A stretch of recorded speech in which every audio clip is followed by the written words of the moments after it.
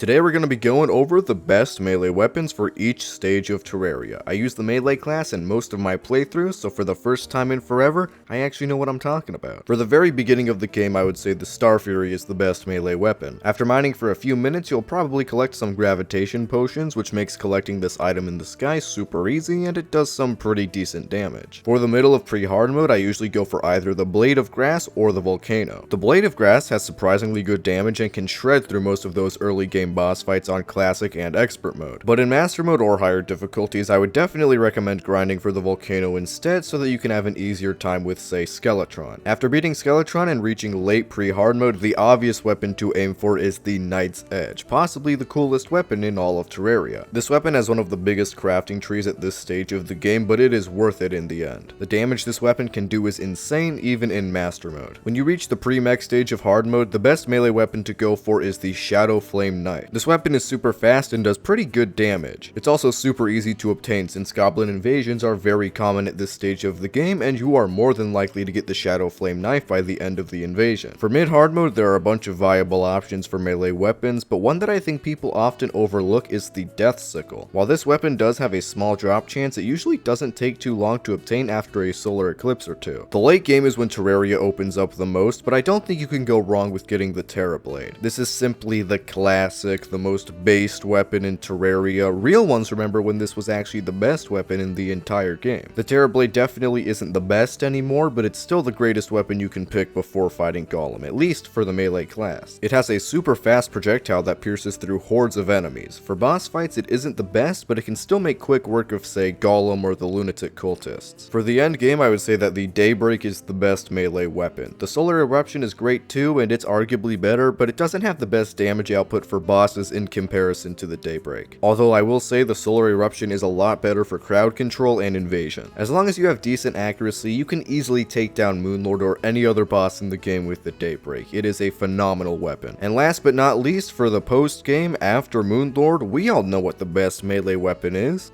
the Enchanted Boomerang. But you know, the Zenith is also pretty good.